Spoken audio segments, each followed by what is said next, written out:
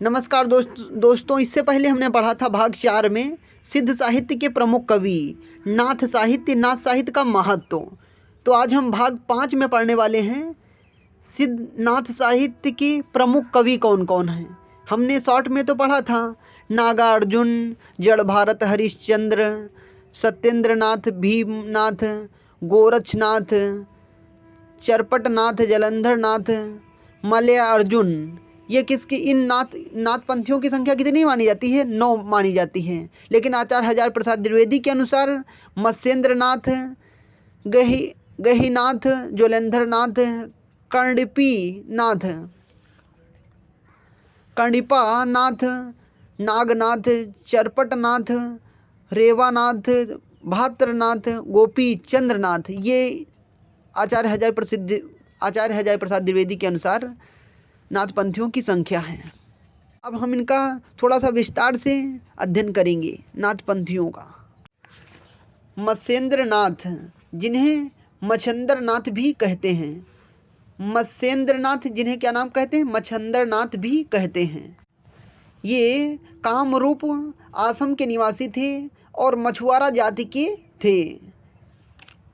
इन्हें मीनपा, मीननाथ, मच्छेंद्रनाथ आदि नामों से भी जाना जाता है। इनके गुरु चरपटिप्पा थे। इनके गुरु का क्या नाम था? चरपटिप्पा। इनके गुरु का क्या नाम था? किसके? मत्स्येंद्रनाथ जी के गुरु का क्या नाम था? चरपटिप्पा। परंतु राहुल सांसक्त्यान इन्हें जलंधर नाथ का शिष्य मानते हैं। राहुल सांसक्त्यान जी के अनुसार इनके गुरु का क्या नाम है? मत्स्येंद्रनाथ। राहुल सांसक्त्यान जी के अनुसार इनके गुरु का क्या नाम है? ज्वलेंद्रनाथ है। और कुछ विद्वान इन्हें अतिनाथ शिव का शिष्य भी मानते हैं। किसको? मत्स्येंद्रनाथ को। नाथ परंपरा में इनके गुरु ज्वलेंद्रनाथ ही माने जाते हैं। ये प्रसिद्ध योगी थे, परंतु नारी के माया जाल में फंसकर मायाचर में फंस गए। तब गोरखनाथ ने इनका उद्धार किया। किसने किया? गोरखनाथ ने। ये पहले क्या थे? योगी थे, परंतु नारी के मायाजाल में फंस गए। फिर इनके गुरु गोरखनाथ ने इनका उद्धार किया। इनकी प्रसिद्ध रचनाएं कौन सी मानी जाती हैं? कौल ज्ञान निर्णय, अकुल वीर तंत्र, अकुल नाद ज्ञान करिका। इनके कौन कौन सी रचना है? कौल ज्ञान निर्णय, अकुल वीर तंत्र, कुलानंद ज्ञान करिका। ये इनकी कौन सी क्या है? इनकी रचनाएं हैं। आचार्य हजार प्रसाद द्विवेदी ने नाथ सिद्धों की बानियाँ और पीताम्बर दत्त बड़द्वाल ने योग प्रवाह नामक ग्रंथ में इनके पदों का संकलन किया है। किसमें किया है? नाथ सिद्धों की बानियाँ किसने? आचार्य हजार प्रसाद द्विवेदी जी ने। आचार्य हजार प्रसाद द्विवेदी जी ने किसमें संग्रह किया? नाथ सिद्धों की बानियाँ। और पीताम्बर दत्त बड़द्वाल ने इनकी योग प्रवाह नामक ग्रंथ में इनके पदों का संकलन किया है।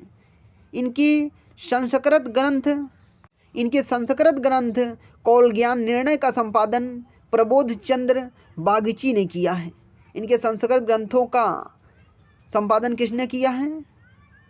प्रबोध चंद्र बागची जी ने। किसमें? कौल ज्ञान निर्णय संपादन में प्रबोध चंद्र बागची जी ने किया है। इनके संस्कृत ग्रंथों का संपादन प्रबोध चंद्र बागची जी ने किया है। इसके बाद हम जानेंगे गोरखनाथ। इनका समय राहुल सांसक्त्यान के अनुसार 835 ईस्वी माना जाता है। आचार्य हजार प्रसाद द्विवेदी के अनुसार 9वीं शताब्दी माना जाता है। आचार्य शुक्ल व रामकुमार वर्मा जी के अनुसार 13वीं सदी माना जाता है। पीताम्बर दत्त बड़द्वाल के अनुसार 11वीं सदी। तो सर्वमान किसका माना जाता है? आचार्य रामचंद्र शुक्ल और डॉक्टर रामकुमार वर्मा के अनुसार 13वीं सदी माना जाता है। राहुल सांसक्त्यान 835, आचार्य हजार प्रसाद द्विवेदी 9वीं शताब्दी, पीताम्बर दत्त बड़द्वाल के अनुसार 11वीं शताब्दी। किसका? गोरखनाथ जी का। इनका प्रमुख स्थान गोरखपुर था। ये नाथ साहित्य के प्रारंभकर्ता माने जाते हैं। नाथ साहित्य के प्रारंभकर्ता कौन माने जाते हैं? गोरखनाथ माने जाते हैं। इनका निवास स्थान कहाँ का था? गोरखपुर था। यहाँ मत्स्येंद्र नाथ के शिष्य थे। कौन कौन? गोरखनाथ किसके शिष्य थे? मत्स्येंद्र नाथ के शिष्य थे। आचार्य शुक्ल जी इन्हें पृथ्वीराज के समय का मानते हैं। आचार्य शुक्ल जी इन्हें किनके समय का मानते हैं? पृथ्वीराज के समय का मानते हैं। षड चक्रों वाला योग मार्ग इन्होंने ही चलाया था। किसने? गोरखनाथ ने। षड चक्रों वाला योग मार्ग किसने चलाया? क्वेश्चन पूछा जाए। षड चक्रों वाला योग मार्ग किसने चलाया? गोरखनाथ जी ने चलाया। मिश्र बंधुओं ने इन्हें हिंदी का प्रथम लेखक माना है। मिश्र बंधु ने हिंदी का प्रथम लेखक किसे माना है? गोरखनाथ को माना है। आचार्य हजारी प्रसाद द्विवेदी के शब्दों में गोरखनाथ अपने युग के सबसे महान धर्म नेता थे। किसके अनुसार? आचार्य हजारी प्रसाद द्विवेदी के अनुसार क्या थे? अपने समय के महान नेता गोरखनाथ। अपने समय के महान नेता कौन थे? गोरखनाथ। कौन मानता है? आचार्य हजारी प्रसाद द्विवेदी। महान धर्म नेता कौन कहता है? आचार्य हजारी प्रसाद द्विवेदी। किसको? गोरखनाथ जी को। मिश्र बंधु के अनुसार प्रथम रचना गोरखसार है। मिश्र बंधु इनकी प्रथम रचना किसे मानते हैं? गोरखसार को मानते हैं। इनकी संगठन शक्ति अपूर्व थी। आचार्य हजारी प्रसाद द्विवेदी के अनुसार इन्होंने 12 पंथ शाखा की स्थापना की। आचार्य हजारी प्रसाद द्विवेदी जी ने के अनुसार आचार्य हजारी प्रसाद द्विवेदी के अनुसार गोरखनाथ ने क्या किया? 12 पंथ शाखा की स्थापना की। उन्होंने 12 पंथ शाखा की स्थापना किसने की? 12 पंथ शाखा की स्थापना किसने की? आचार्य हजारी प्रसाद द्विवेदी ने। पीताम्बर दत्त बड़द्वाल ने सर्वप्रथम गोरख बानी नामक ग्रंथ का प्रकाशन करके उसमें गोरखनाथ की 40 पुस्तकों का उल्लेख किया है। किसने? पीताम्बर दत्त भरद्वाज ने सर्वप्रथम गोरखबानी नामक ग्रंथ किसमें? गोरखबानी नामक ग्रंथ का प्रकाशन करके उसमें गोरख की 40 पुस्तकों का उल्लेख किया है। किसने? पीताम्बर दत्त भरद्वाज ने। किसमें किया है? गोरखबानी नामक ग्रंथ में प्रकाशन करके उसमें कितने गोरख पंथियों की पुस्तकों का संपादन किया है? 40 पुस्तकों का उल्लेख किया है। आचार्य हजारी प्रसाद द्विवेदी जी ने इनके ग्रंथों की संख्या 28 मानी है। डॉक्टर पीताम्बर दत्त भरद्वाज ने इनके पुस्तकों की संख्या 40 मानी है, जो कि निम्नलिखित इस प्रकार है। इनके 4 ग्रंथ ही प्रमाणिक माने जाते हैं। सबरी पद नंबर 1 सबरी, दूसरा पद नंबर 3 शिष्य दर्शन, नंबर 4 प्राण संकली नंबर 4 कौन है? प्राण संकली। गोरखनाथ जी के 14 ग्रंथ प्रमाणिक माने जाते हैं। नंबर 1 कौन सा है?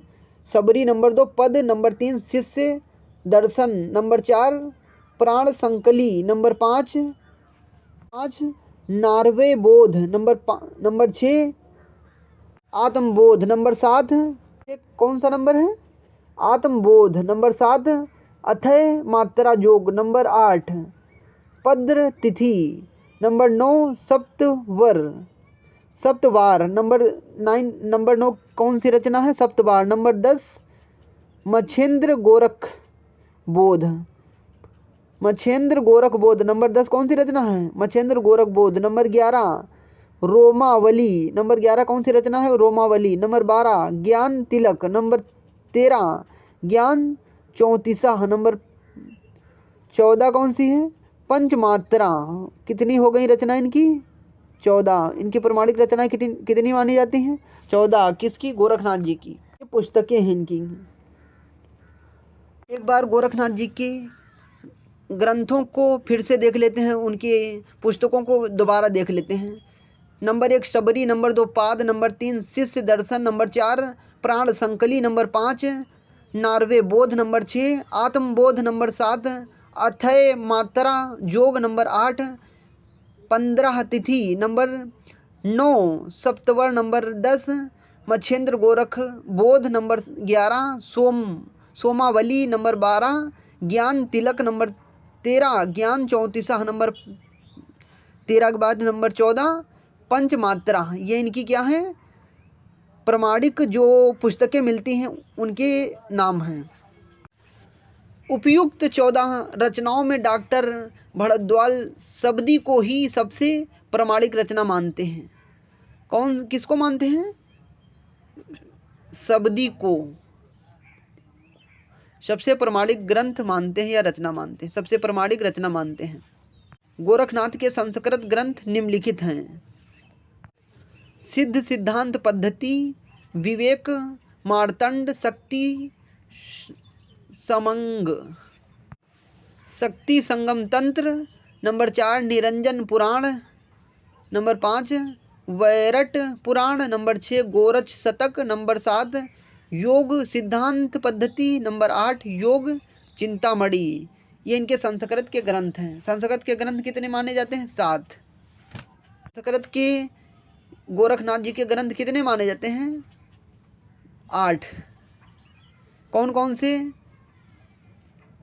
सिद्ध सिद्धांत पद्धति नंबर 1, नंबर 2 विवेक मार्तंड, नंबर 3 शक्ति संगम तंत्र, नंबर 4 निरंजनी पुराण, नंबर 5 वैरट पुराण, नंबर 6 गोरच शतक, नंबर 7 योग सिद्धांत पद्धति, नंबर 8 योग चिंतामणि। तो इनके संस्कृत के ग्रंथ कितने माने जाते हैं? 8। गोरखनाथ भक्ति के विरोधी थे, अतः इनका विरोध करते हुए तुलसीदास ने इनके विषय में लिखा था। तुलसीदास जी इस संदर्भ में क्या लिखते हैं? गोरख जगायो जोग, भक्ति भगायो लोग। ये लिखते हैं तुलसीदास जी ने इनके विषय में क्या लिखा है? गोरख जगायो जोग, भक्ति भगायो लोग। गोरक्ष सिद्धांत पद्धति ग्रंथ गोपीनाथ कवि राज द्वारा संपादित है। गोरक्ष सिद्धांत पद्धति किसके द्वारा संपादित है? गोपीनाथ कविराज द्वारा संपादित है। भातृहरि जलधरी पावनाथ साहित्य से संबंधित है। भातृहरि जलधि पावनाथ किससे संबंधित है? साहित्य से संबंधित है। आचार्य शुक्ल सिद्धों और योगियों का इतना वर्णन करके इस बात की ओर ध्यान दिलाना हम आवश्यक समझते हैं कि उनकी रचनाएं तांत्रिक विधान, योग साधना, आत्मनिग्रह, श्वास निरोध, भीतरी चक्रों और नाड़ियों की स्थिति, अंतर्मुख साधना के महत्व इत्यादि संपादिक शिक्षा मात्र है। जीवन की स्वाभाविक अनुभूतियों और दशाओं से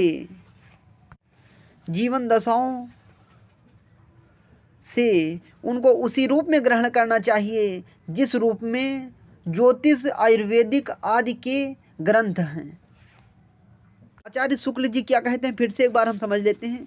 सिद्धों और योगियों का इतना वर्णन करके इस बात की ओर ध्यान दिलाना चाहते हैं हम कि उनकी रचनाएं तांत्रिक विधान, योग साधना, आत्मनिग्रह, श्वास निरोध, भीतरी चक्रों और नाड़ियों की स्थिति, अंतर्मुख साधना के महत्व इत्यादि संपादिक शिक्षा मात्र है। जीवन की स्वाभाविक अनुभूतियों और दशाओं से उनको उसी रूप में ग्रहण करना चाहिए जिस रूप में ज्योतिष, आयुर्वेदिक आदि के ग्रंथ हैं। गोरखनाथ की रचनाओं के प्रमुख उदाहरण हम अन्य वीडियो में देखेंगे। उससे पहले हम पढ़ते हैं चौथे कवि चौरंगी नाथ जी को। इसके बाद हम पढ़ते हैं चौरंगी नाथ। चौरंगी नाथ जी का वास्तविक नाम क्या था? चरकानंद था। गोरखनाथ के शिष्य थे और पूरन भगत नाम से प्रसिद्ध हुए। ये किसके शिष्य थे? गोरखनाथ जी के शिष्य थे। ये किस नाम से प्रसिद्ध हुए? पूरन भगत नाम से प्रसिद्ध हुए। इनकी प्रमुख रचना प्राण संकली है।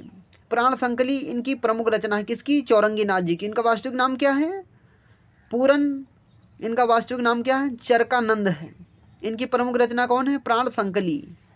इनका एक उदाहरण है, मरिबा तो मन मरिबा, लुटिबा पवन भंडार, सधिबा तो पंचतंत्र सधिबा, सोईबा तो निरजन निकार। चौरंगी नाथ जी का उदाहरण क्या है?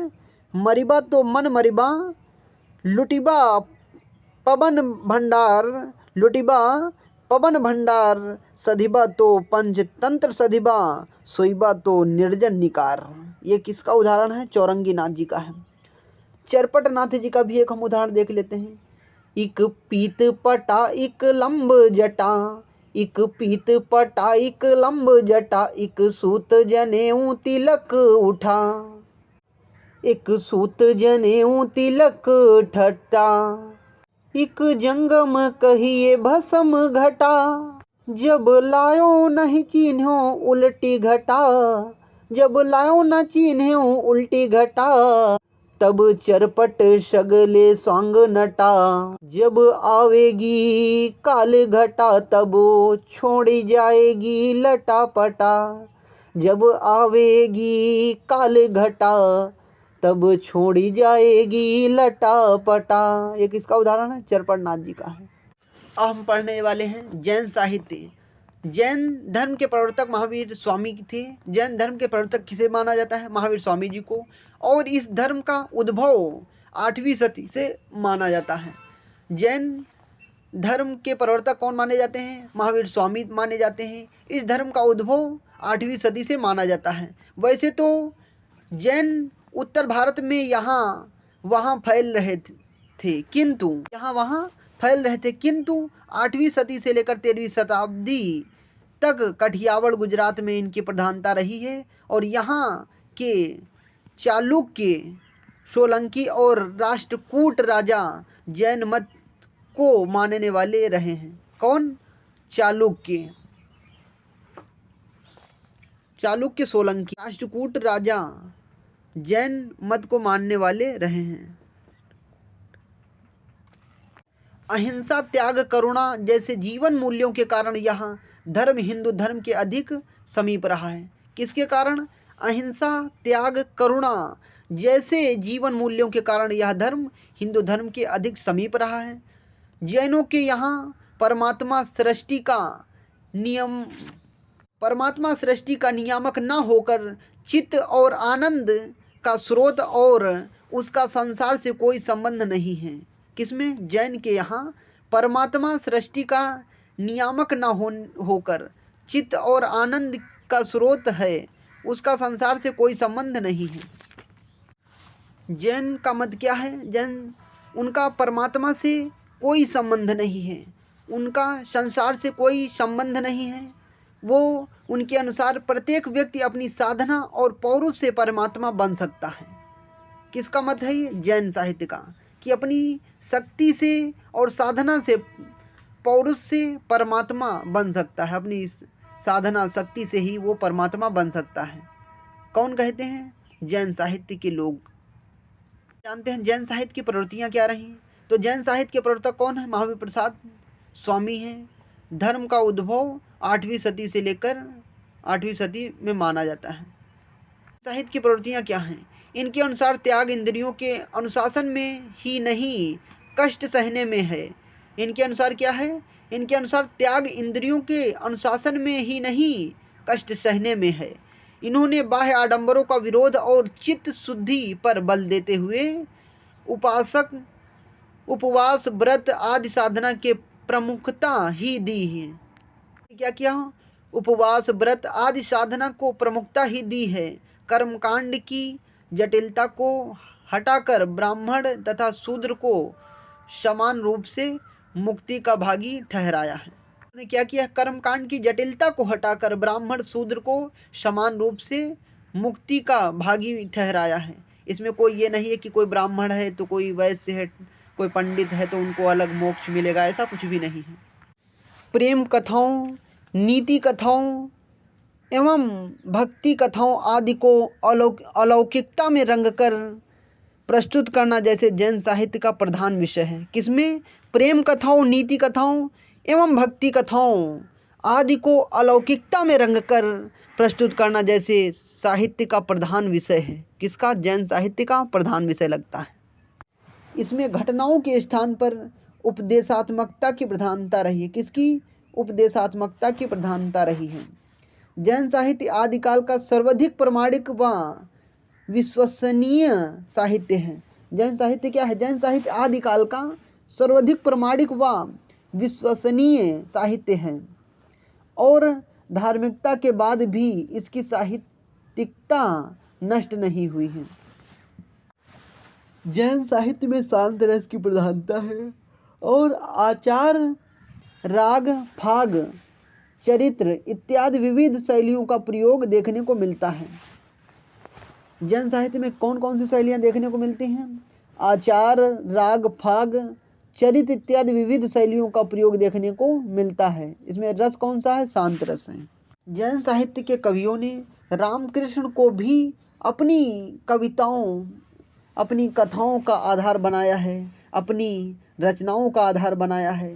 किसको? रामकृष्ण को भी अपनी कथाओं का आधार बनाया है। रास काव्य परंपरा का प्रारंभ प्रबंध व मुक्तक दोनों काव्य रूपों का प्रयोग है। रास काव्य परंपरा का प्रयोग कैसा है? रास काव्य परंपरा का प्रबंध व मुक्तक दोनों काव्यों के रूप में प्रयोग होता है। किसका? रास काव्य परंपरा का। इन्होंने श्रवकों के चरित्र व जातक कथाओं का वर्णन किया है। इन्होंने श्रृंगार, शौर्य, नीति, अन्योक्ति संबंधित फुटकर ग्रंथों की रचना की है। दोहा, कवित्व, रस, छंद का अधिक प्रयोग किया है। अपभ्रंश भाषा का प्रयोग, जैन साहित्य ने किस भाषा का सबसे अधिक प्रयोग किया है? अपभ्रंश भाषा का। उन्होंने कौन कौन से दोहा, कवित्व, रस, छंद का अधिक प्रयोग किया है। कौन सा विषय लिया है? श्रृंगार, शौर्य, नीति, अन्योक्ति संबंधी फुटकर ग्रंथों की रचना की है। किसने? जैन साहित्य के लोगों ने। जैन साहित्य की विशेषताएं देखिए। इसके बाद हम देखते हैं जैन साहित्य का महत्व क्या है। जैन साहित्य में उच्च कोटि की साहित्यिक विशेषताएं विद्यमान हैं। क्या? जैन साहित्य में उच्च कोटि की साहित्यिक विशेषताएं विद्यमान हैं। यह सर्वाधिक विश्वसनीय एवं प्रामाणिक साहित्य है। कौन सा? जैन साहित्य। सर्वाधिक विश्वसनीय एवं प्रामाणिक साहित्य कौन सा है? जैन साहित्य है। भक्ति काव्य की पृष्ठभूमि के रूप में जैन साहित्य ने महत्वपूर्ण योगदान दिया है। किसने? जैन साहित्य ने। किसके रूप में? भक्ति काव्य की पृष्ठभूमि के रूप में जैन साहित्य ने महत्वपूर्ण योगदान दिया है। आचार्य हजारी प्रसाद द्विवेदी अगर उनकी रचनाओं की आचार्य हजारी प्रसाद द्विवेदी जी कहते हैं कि अगर उनकी रचनाओं के ऊपर से जैन विशेषण हटा दिया जाए तो वे योगियों और तांत्रिकों की रचनाओं से बहुत भिन्न नहीं लगेंगी। किसको हटा दिया जाए? अगर उनकी रचनाओं के ऊपर से जैन विशेषण हटा दिया जाए तो वे योगियों और तांत्रिकों की रचनाओं से बहुत भिन्न नहीं लगेंगी। ये कौन कहता है? आचार्य हजारी प्रसाद द्विवेदी जी। आचार्य हजारी प्रसाद द्विवेदी जी वस्तुतः छंद, काव्यगत रूप, वक्तव्य वस्तु, कवि रूढ़ियों और परंपराओं की दृष्टि से यह साहित्य अपभ्रंश साहित्य का बढ़ाव है। अपभ्रंश साहित्य का बढ़ाव है या केंद्र बिंदु है। ये कौन कहते हैं? आचार्य हजारी प्रसाद द्विवेदी जी कहते हैं। जैन साहित्य। जैन साहित्य के प्रमुख कवि कौन कौन से हैं? देवसेन, स्वयंभू, पुष्पदत्त,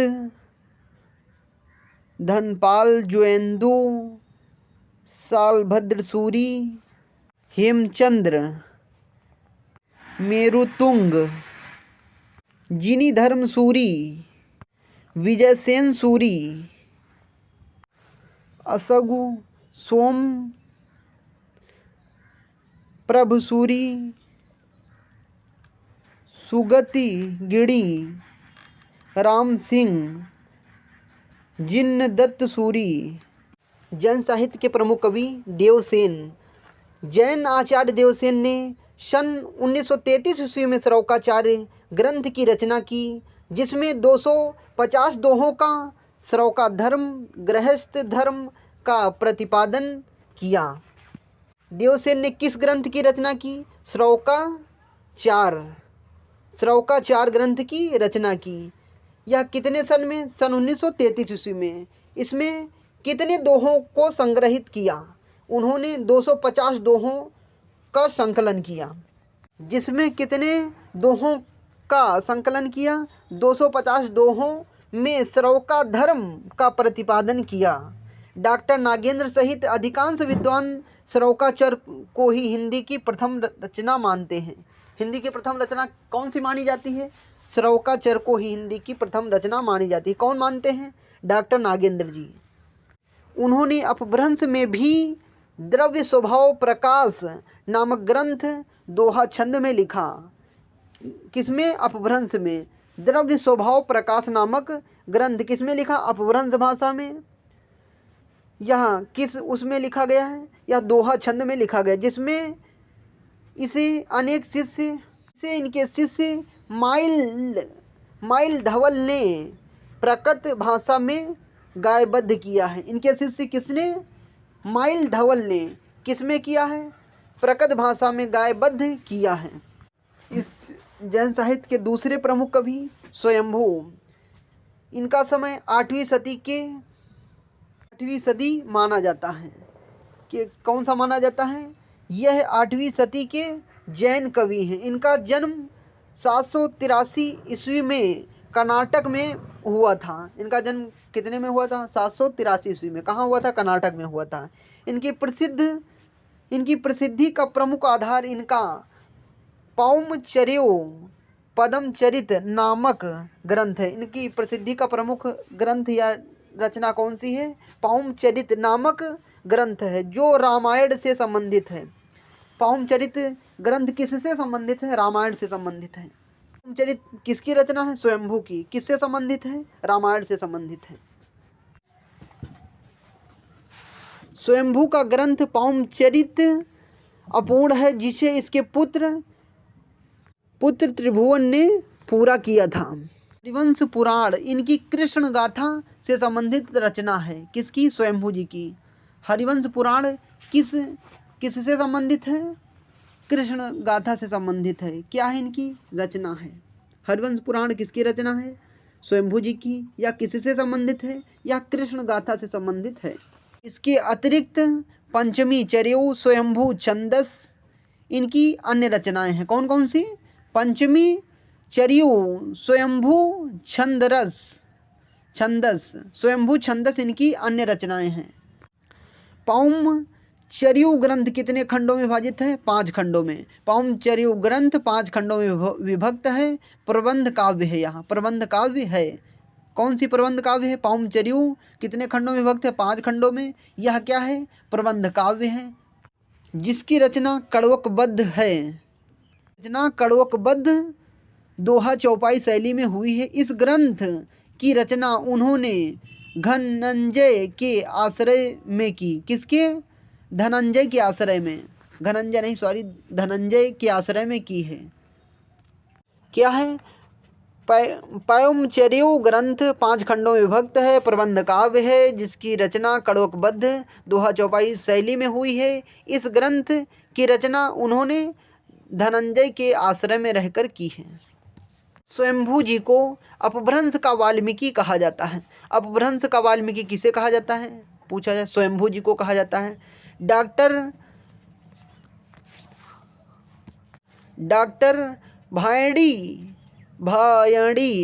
भायड़ी ने अपभ्रंश का कालिदास कहा है। किसको? स्वयंभू जी को। अपभ्रंश का कालिदास किसने कहा है? डॉक्टर भायड़ी जी ने कहा है। अपभ्रंश का कालिदास किसे कहा जाता है? स्वयंभू को कहा जाता है। नागकुमार चर्यु इनकी चर्चित रचना है। इनकी चर्चित रचना कौन सी है?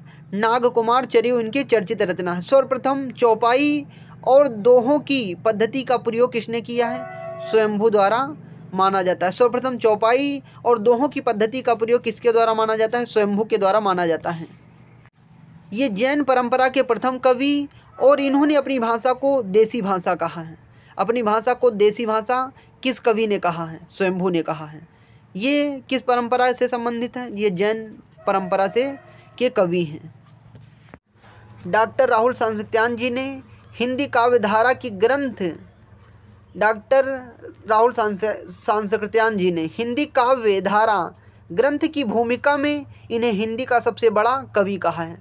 राहुल सांस्कृत्यायन जी के अनुसार हिंदी का सबसे बड़ा कवि किसे माना जाता है? स्वयंभू को किसमें हिंदी काव्य धारा ग्रंथ की भूमिका में हिंदी का सबसे बड़ा कवि कहा है? किसने कहा है? राहुल सांसक्त्यान जी ने। किसमें?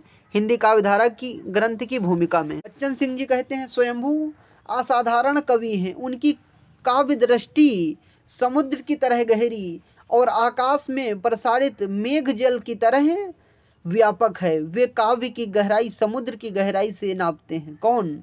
बच्चन सिंह जी। वो काव्य की गहराई समुद्र की गहराई से नापते हैं और आकाश में फैली हुई मेघ माला को देखकर काव्य की व्यापकता याद करते हैं। कौन? बच्चन सिंह जी। बच्चन सिंह जी कहते हैं स्वयंभू असाधारण कवि नहीं है, उनकी काव्य दृष्टि समुद्र की तरह गहरी, आकाश में प्रसारित मेघ की तरह व्यापक। वे काव्य की गहराई समुद्र की गहराई से नापते हैं और आकाश में फैली हुई मेघमाला को देखकर काव्य की व्यापकता याद करते हैं। आगे हम देखते हैं पुष्पदंत। ये कौन से कवि हैं? जैन साहित्य के कवि। ये 10वीं सदी के कवि थे और 12वें पुष्पदंत जी को हम पढ़ते हैं। ये पहले शैव थे, ये पहले शैव धर्म को मानते थे, किंतु अपने आश्रयदाता के अनुरोध पर जैन हो गए। किसके अनुरोध पर? आश्रयदाता के अनुरोध पर ये कौन हो गए? जैन हो गए। ये मान्य खेट के राजा कर्ण के महामत्य भीम के सभापति थे। ये स्वयं को अभिमान मेरु कहते थे। ये स्वयं को क्या कहते थे? अभिमान मेरु कहते थे। डॉक्टर भाई भीड़ ने इन्हें अपभ्रंश का भावभूति कहा है। डॉक्टर भयाड़ी ने इन्हें क्या कहा? अपभ्रंश का भावभूति कहा है। और भोला शंकर व्यास ने इन्हें अपभ्रंश का माघ कहा है। अपभ्रंश का माघ किसे कहा जाता है? पुष्पदंत जी को कहा जाता है। ये स्वभाव से अक्खड़ थे, इनमें सांप्रदायिकता के प्रति जबरदस्त आग्रह था। ये कैसे थे? स्वभाव के अक्खड़ थे, इनमें सांप्रदायिकता के प्रति जबरदस्त आग्रह था। काव्य रत्नाकर व कवि कुल तिलक इनकी उपाधियां थी। पुष्पदंत जी की कौन कौन सी उपाधियां हैं? काव्य रत्नाकर, कवि कुल, तिलक इनकी उपाधियां हैं। इनकी 3 रचनाएं मिलती हैं। नंबर 1 महापुराण, नंबर 2 राय कुमार चर्यू, नंबर 3 जस हर चर्यू। महापुराण त्रिष्ठित महापुरुष गुण अलंकार, राय कुमार चर्यू नाग कुमार चरित, जस हर चर्यू यशोधरा चरित।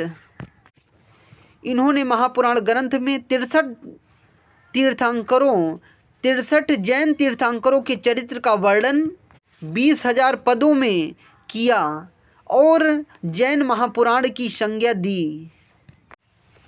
उपयुक्त तीनों रचनाएं प्रबंध कृष्ण कथा काव्य के अंतर्गत ही आती हैं और इनके ग्रंथों में प्रकृति सौंदर्य का निरूपण हुआ है। इनके ग्रंथों में किसका निरूपण हुआ है? प्रकृति सौंदर्य के ग्रंथों का निरूपण हुआ है। इन्होंने चरित काव्यों में चौपाई छंदों का प्रयोग किया है। इन्होंने क्या किया? इन्होंने चरित काव्यों में चौपाई छंदों का प्रयोग किया है। हजारी प्रसाद द्विवेदी यह पूर्ण संभवता अपभ्रंश का प्रसिद्ध कवि पुष्पदंत ही है। आचार्य हजारी प्रसाद द्विवेदी जी कहते हैं ये पुष्प संभवता अपभ्रंश का प्रसिद्ध कवि पुष्पदंत ही है, जिसका आविर्भाव 9वीं शती में हुआ है। पुष्पदंत ने स्वयं को कर्णोपिशल उपाधि दी है। महापुराण का आरंभिक अंश आदि पुराण कहलाता है और बाद का अंश उत्तर पुराण कहलाता है।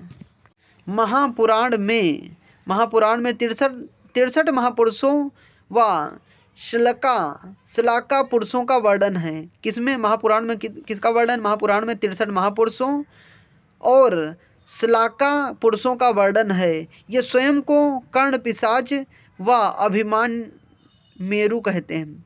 स्वयं को क्या कहते हैं? कर्ण पिशाच एवं अभिमान मेरु कहते हैं।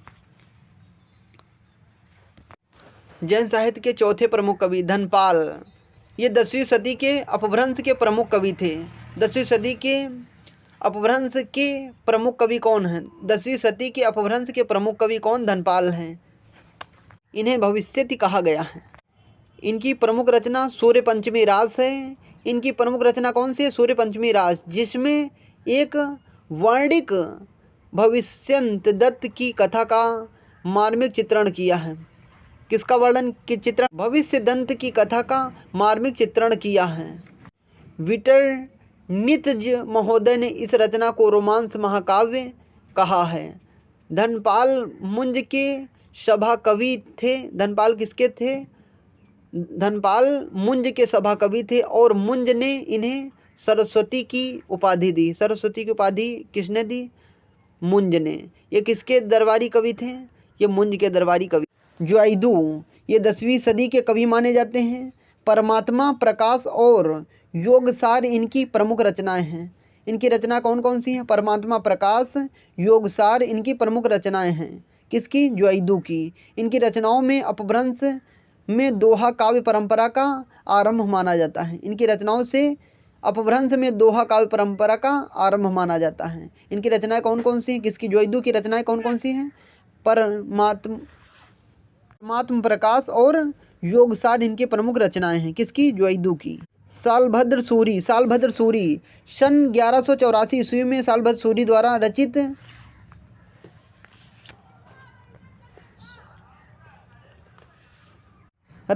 भारतेश्वर बाहुबली रास, ये क्या है? एक खंड काव्य है जो 250 छंदों का संकलन है। किसमें? भारतेश्वर बाहुबली रास में। यह किसकी रचना है? सालभद्र सूरी जी की है। कितने सन में? 1184 ईस्वी में सालभद्र द्वारा रचित है। किसका? क्या है ये? भारतेश्वर बाहुबली रास। ये इनका खंड काव्य है जिसमें 250 छंदों का संकलन है। इस ग्रंथ में भारतेश्वर और बाहुबली नामक दो राजाओं की वीरता का युद्ध वर्णन के साथ साथ विरक्ति और मोक्ष का भी प्रतिपादन किया गया है। हिंदी में जैन राज परंपरा का प्रवर्तन गणपत चंद्र गुप्त दशरथ माना है। क्या चीज़? हिंदी जैन परंपरा का प्रवर्तक गणपत चंद्र गुप्त दशरथ ओझा सहित अनेक विद्वानों ने भारतेश्वर बाहुबली रास से ही माना है। किसने किसने भारतेश्वर बाहुबली राज से माना है? गणपत चंद्र गुप्त, दशरथ ओझा सहित अनेक विद्वानों ने भारतेश्वर बाहुबली राज से ही माना है। किसका? हिंदी जैन राज से परंपरा का प्रवर्तन। इस ग्रंथ के संपादक व प्रकाशक मुनिजन विजय हैं। मुनिजन विजय किस ग्रंथ का संपादक किया है? भारतेश्वर बाहुबली राज का। इस ग्रंथ का मुनिजन विजय ने किस ग्रंथ का संपादन किया? भारतेश्वर बाहुबली राज का। भारतेश्वर बाहुबली राज किसकी रचना है? सालभद्र सूरी जी की रचना है। इस ग्रंथ में वीर, श्रृंगार, शांत रस की प्रधानता रही है। भारतेश्वर बाहुबली रास में किस रस की प्रधानता रही है? वीर, श्रृंगार, शांत रस की प्रधानता रही है। बुद्धि रास व पंच पांडव चरित्र रास भी इनकी रचना है। पंच पांडव चरित्र रास को हिंदी का प्रथम ऐतिहासिक ग्रंथ माना जाता है। हिंदी का प्रथम ऐतिहासिक ग्रंथ कौन माना जाता है? पंच पांडव चरित्र रास को हिंदी का प्रथम ऐतिहासिक ग्रंथ माना जाता है। भारतेश्वर बाहुबली रास अपभ्रंश से प्रभावित हिंदी रचना है। किससे प्रभावित रचना है? अपभ्रंश से। कौन सी? भारतेश्वर बाहुबली राज अपभ्रंश से प्रभावित रचना है। तो हमने कुछ जैन साहित्य के प्रमुख कवियों को पढ़ा। इसके अगले भाग 6 में हम अपभ्रंश के अन्य कवियों को पढ़ेंगे। उसके बाद आदिकाल की तरफ हम आगे बढ़ेंगे। आदिकाल को पढ़ेंगे, आदिकाल की प्रवृत्तियाँ, आदिकाल को कौन कौन से विद्वानों ने क्या क्या नाम दिया, ये हम पढ़ेंगे अगले वीडियो में। नमस्कार दोस्तों, इससे पहले